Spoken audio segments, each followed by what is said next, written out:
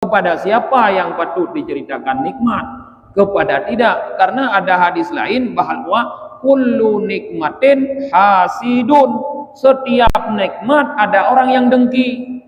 Nah, orang yang dengki ke nikmat, yang orang dengki pasti itu ikut tombong dan menyadap rumah nikmat. Nah, ikut tombong dan nah, sebenarnya dia tidak paham makna sombong. Yang sombong ikut, tapi dia tidak paham makna sombong. Apa makna sombong yang sebenarnya? Makna sombong yang sebenarnya adalah berpaling daripada kebenaran dan meremehkan makhluk Allah yang sombong.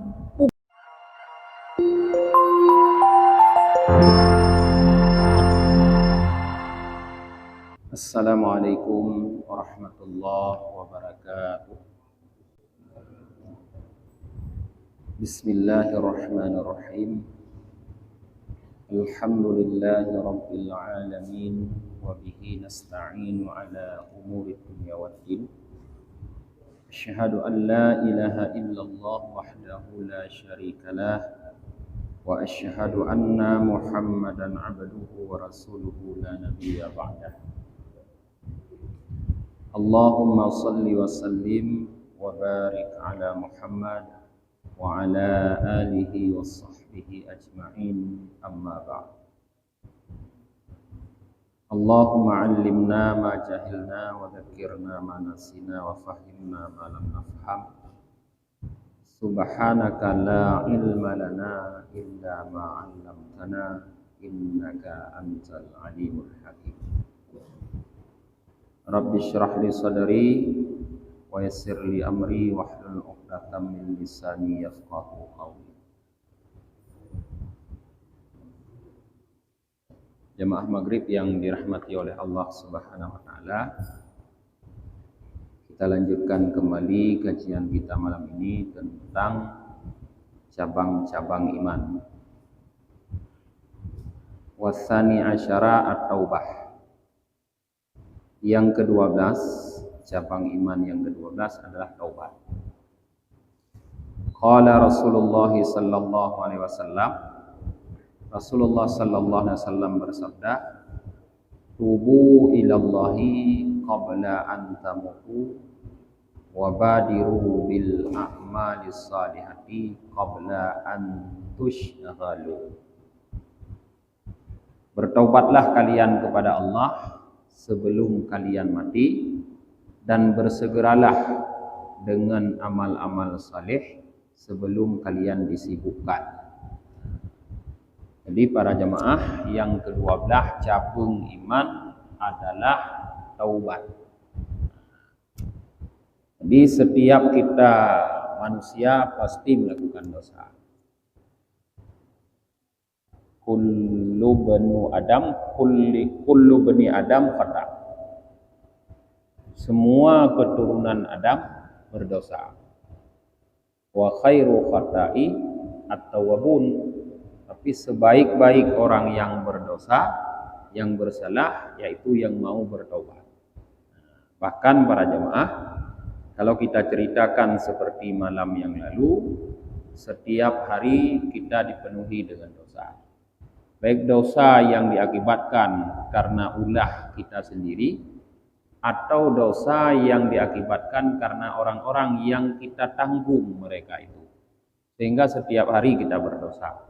Maka tidak boleh kita lupa setiap hari untuk bertobat. Baik tapi kile katanya na uro yang tantang katanya bebas dari dosa. Ana dosa. Tip uro katanya mau dosa. Maka setiap hari pula katanya perlu untuk taubat supaya dosa-dosa yang terjadi cepat diampuni oleh Allah sebelum katanya mati. Sehingga ketika kita mati, kita sudah bersih daripada dosa. Dan bersegera melakukan amal yang saleh sebelum kita disibukkan. Karena ada waktu nanti kita tidak bisa lagi melakukan amal saleh para jemaah. Sekarang masa masih senggang. Manteng sempat. Manteng jut. Watenya ndak buat amal saleh. Karena akan datang masa nanti tidak sempat atau tidak bisa lagi. tidak sempat karena kasibuk, tidak bisa lagi karena katanya kalemo, karena katanya katuha. Minimal tidak bisa lagi kita sempurnakan seperti yang bisa kita sempurnakan ketika kita masih muda. Maka di waktu kita bisa cepat-cepat lakukan amal saleh. Wasalisa asyara al-khaufu wal raja. Cabang iman yang ke-13 adalah khauf dan raja. Khauf bahasa gedanyo para jemaah takut, raja mengharap. Nah, tapi Syekh Nawawi Al-Bandani mengatakan fal khaufu alla ya'mana qalbul mu'mini wala taskunu raw'atuhu walau kana indahu hasanatu jami'il khalq bal yakhafu alla yaqbalallahu syai'an min amalihi. Khauf adalah yaitu hati seorang mukmin tidak pernah merasa aman dan tidak pernah merasa nyaman jiwanya sekalipun dia melakukan kebaikan-kebaikan seperti kebaikan yang dilakukan oleh seluruh makhluk. Tetapi dia tetap takut bahwa amal yang dia lakukan tidak ada sedikit pun yang diterima oleh Allah Subhanahu wa taala. Nyan rasanya harus kita miliki. Jadi rasa khauf harusnya untuk sempurna iman. Bertanya para jamaah, baik pernah merasa aman, baik pernah merasa nyaman, walaupun cukup hebat dan ibadah, walaupun cukup le amal saleh dan kubur, tapi tidak pernah boleh getanya merasa aman, tidak pernah boleh getanya merasa nyaman. Tetap kita harus takut buyad bahwa amal ibadah yang getanya kerjakannya mubeuk hana diterima oleh Allah Subhanahu wa taala. Di dalam kitab Tanbihul Ghafilin para jamaah pada pengajian di masjid diriwayatkan bahwa Jibril yang sudah punya kedudukan yang begitu tinggi di sisi Allah Subhanahu wa taala, tetapi beliau masih merasa takut. Suatu hari boleh saja Allah merubah kedudukan tersebut dengan dicoba seperti dicobanya iblis atau seperti dicobanya malaikat Harut dan Marut.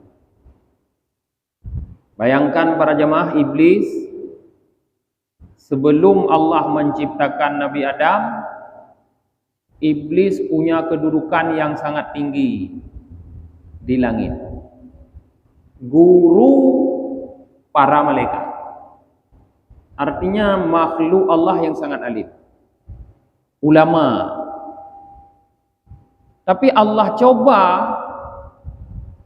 sedikit dengan diperintahkan sujud kepada Adam, lalu berubah status iblis dari yang punya kedudukan tinggi dekat dengan Allah, guru malaikat, menjadi makhluk yang paling dibenci oleh Allah Subhanahu wa taala, dilaknat oleh Allah Subhanahu wa taala. Begitu juga malaikat Harut dan Marut para jemaah yang disebutkan oleh Allah dalam surah Al-Baqarah. Ketika malaikat itu di langit punya kedudukan yang tinggi di sisi Allah, tapi ketika Allah turunkan malaikat itu ke bumi, lalu dicoba dengan seorang wanita cantik, diberikan nafsu malaikat itu seperti kita manusia, lalu dicoba dengan seorang wanita cantik, maka para malaikat itu Harut dan Marut menjadi makhluk yang terhukum, diberikan hukuman oleh Allah karena ternyata tidak mampu mengendalikan nafsu yang diberikan kepadanya. Maka gedanyo para jemaah, dum'ik le ibadah tu, dum'ik saleh sang tanging ro tu, dum'ik malim sang tanging ro tu, tetap harus punya rasa takut bahwa amal ibadah yang kita lakukannya sedikit pun tidak diterima oleh Allah Subhanahu wa taala. Benar. Kenapa demikian? Karena kita menyadari banyak amal-amal ibadah yang kita lakukan yang mungkin tidak ikhlas. Anak ikhlas ada. Dor ada depu, anak ikhlas ada. Semua yang kita lakukan itu ada pamrihnya. Semua yang kita lakukan itu ada maunya. Bukan mengharap semata-mata dari Allah Subhanahu wa taala. Nah, harapan kepada makhluk atau ada harapan kepada selain Allah. Dan katanya depu rupanya amal ibadah yang katanya puput berakon tidak salah katanya. Dengan bukti makin dabut lagi katanya makin depu, makin salah. Kumayang mendong yang dapiki berakon betul ban dabut rupanya salah. Ya. Jangankan dabut lain para jemaah yang kabiasa ti pura dabut kumayang mendong. Tapi ke berakon betul yang dabut ban dabut ka salah. Lalu bagaimana katanya bisa tenang, bisa nyaman dengan ibadah-ibadah yang penuh kekurangan, seolah-olah sudah ada jaminan diterima oleh Allah Subhanahu wa taala. Jadi harus tumbuh dalam diri katanya sifat khauf, yaitu selalu merasa takut bahwa tidak ada sedikit pun ibadah yang dia kubur yang diterima oleh Allah. Nyantuk sempurna iman. Kemudian raja, warraja'u alla yai'asa mu'minu min rahmatillahi ta'ala walau kana indahu sayyi'atu jami'il khalqi bal yantabirul far minallahi ta'ala wa yahsunu dhanna billah. Raja yaitu seorang mukmin tidak pernah berputus asa dari rahmat Allah Subhanahu wa taala sekalipun ia memiliki kesalahan yang sama seperti kesalahan seluruh makhluk. Tetapi dia tetap menunggu kelapangan dari Allah Subhanahu wa taala dan memperbaiki sangkaan kepada Allah Subhanahu wa taala. Nyan gekeun raja. Jadi rajanya para jamaah hana pernah putus asa katanya walaupun beraya dosa, walaupun beraya salah, walaupun cukup le. Sekalipun sepanjang hidup selama ini kesalahan-kesalahan terus kita lakukan, tidak pernah berhenti. Dosa-dosa terus menumpuk, tidak pernah kita berhenti daripada dosa tersebut, tapi jangan pernah berhenti mengharap Allah akan membukakan pintu taubat. Allah pasti membukakan pintu ampunan kalau kita mau datang meminta ampun, bertaubat kepada Allah dan berbaik sangkalah kepada Allah. Ini bihasabi dhanni abdi, kata Allah dalam hadis kursi. Aku bagaimana sangkaan hambaku. Jadi menyota sangka Allah gepu ampun tu, gepu ampun. Menyota sangka Allah sayang, katanya sayang tu. Jadi selalu katanya nyota sangka God kepada Allah. Terlebih-lebih ketika kita ingin menghadap Allah.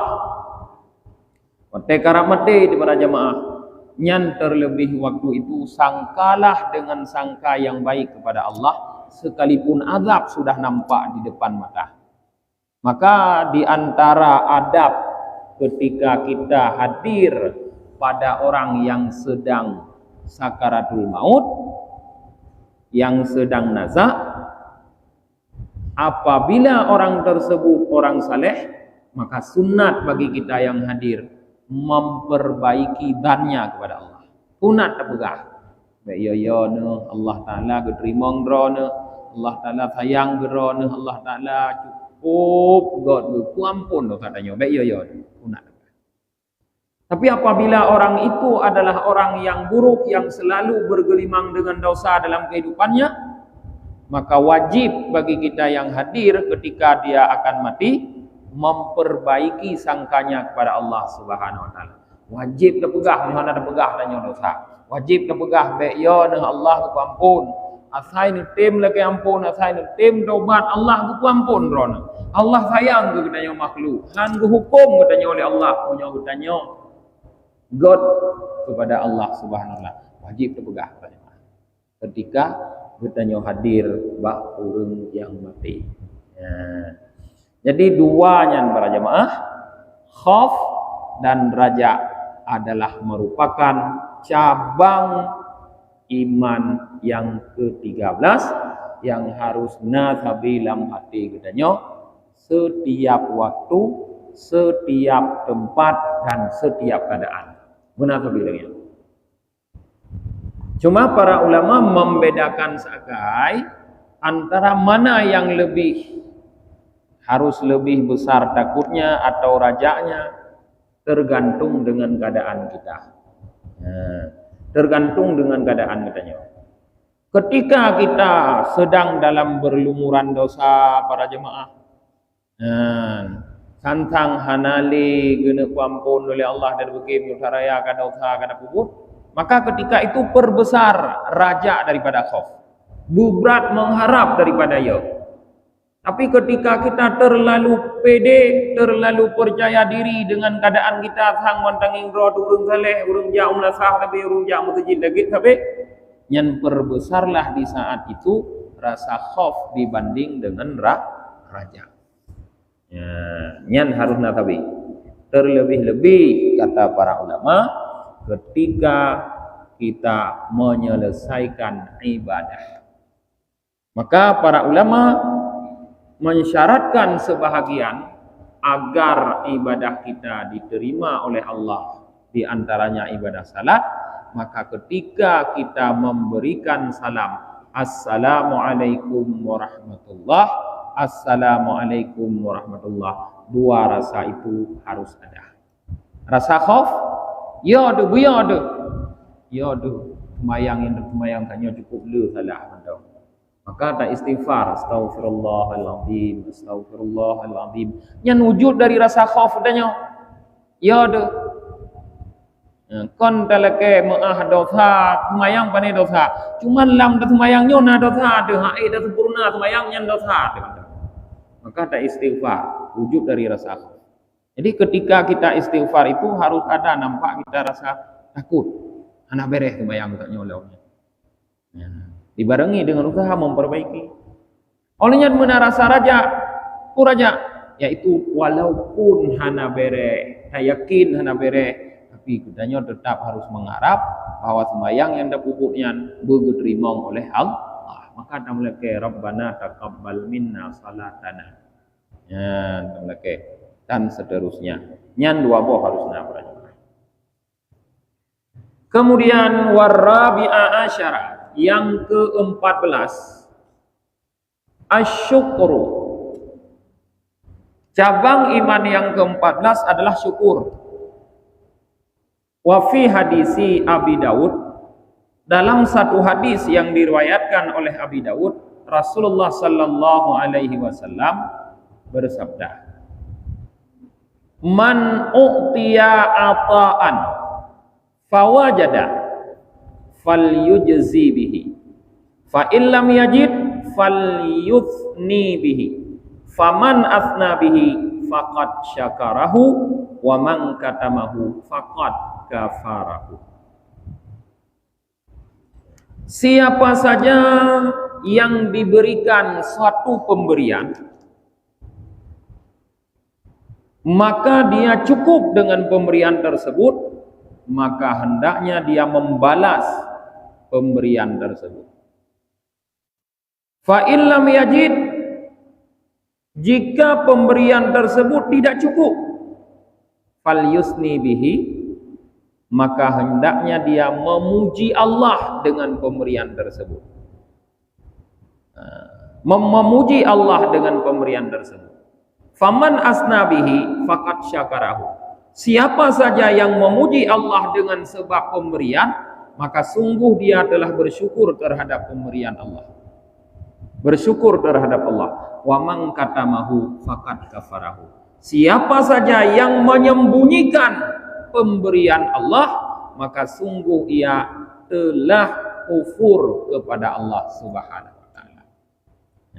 Dalam hadis yang diriwayat oleh Abu Dawud, para jamaah, Rasulullah kata, ketika getanya geberi sabah nikmat ya Allah, sabah pemberian, nyan langkah yang terbaik adalah gunakan nikmatnya kepada apa yang sesuai dengan peruntukan yang diperintahkan oleh Allah. Kenan tak guna nikmatnya. Kepu biu guna oleh Allah nikmat yang kenan. Ketika lagi tanya han mampu untuk tak guna 100% kepada laginya, jadi untuk dalam terkah, han mampu dalam terkah karena nikmat yang lebih hanala oleh Allah katanya. PO sangat. Gebi-gebi rezeki tapi mugera dan teh pun ada juga. Nyan tanya tetap harus memuji Allah dengan cara menyanjung Allah Subhanahu wa taala, mensana. Dengan cara mensana, mensanjung Allah. Berterima kasih kepada Allah dengan cara menceritakan nikmat tersebut. Pegah Pak Gop, tanya nak merumpok rezeki. Baik pegah tapi hana rezeki, hana rezeki, hana rezeki.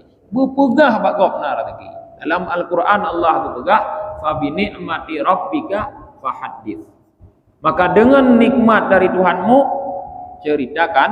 ceritakanlah. Pegah. Nah, ketika getanya mau menceritakan nikmat yang diberi Allah kepada getanya, tak perlu mahar di jihan ada thop, nyan getanya kagak anggap bersyukur kepada Allah Subhanahu wa taala. Tapi ketika nikmat tersebut kita sembunyikan, seolah-olah hana pok hana tam gebi tapule Allah getanya hansip tapi getanya hana ada tapubi, maka getanya kata kufur kepada Allah Subhanahu wa taala. Iman ikun tombong. Apa nih ikun tombong dapegah nikmat bersyukur. Maka getanya harus lebih lanjut mempelajari bagaimana adab menceritakan nikmat. Kepada siapa yang patut diceritakan nikmat, kepada tidak, karena ada hadis lain bahwa kullu nikmatin hasidun, setiap nikmat ada orang yang dengki. Nah, orang yang dengki ke nikmat, yang orang dengki pasti itu ikun tombong nanya menyadap rumah nikmat. Nah, ikun tombong nanya.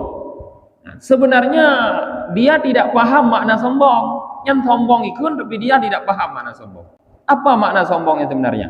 Makna sombong yang sebenarnya adalah berpaling daripada kebenaran dan meremehkan makhluk Allah yang sombong, bukan menggunakan nikmat Allah.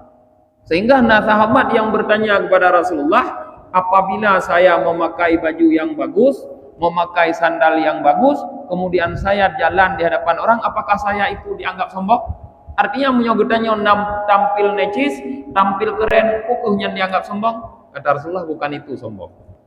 Maka orang kun sombong hanya itu kuadrat sombong. Ada masalah.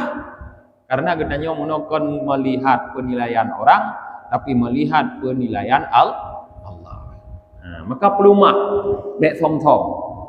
Di antara bentuk dasom nikmat Allah, pegah tapi hana rezeki dah ya. Pegah gasin nabi. Habis pegah gasin. Ti pura ya cok surak miskin nabi akan tahu bisi dah ya. Antom cok surak kaya ang tiga. Yang kenyan pelumah som rezeki. Pelumah gasin. Artinya menampakkan bahwa Allah tidak pernah memberi apa-apa kepada katanya. Mutanya mentong orang yang katabi sesuatu tapi hantom tak dengar ipegah wak gop katanya nak tabi kuji, malah ipegah hantom tapi nya hanruh tabi le merangga kaja. Ya. Di tem pegah berarti ipegah wak gop na gebi pulen-pulen atau tem pakai mentong digunakan nyan kata anggap katanya na manfaat ada tabinya sehingga ro tabi lo. Oh nanti Allah hana tak gunakan, aduh dah kubah, tathom, baik depui kau. Makan pu yang kebila Allah baik thom, baik kubah, baju gunakan. Kalau baik hai dah baju jauh gugop. Nyan bentuk bedanya bersyukur.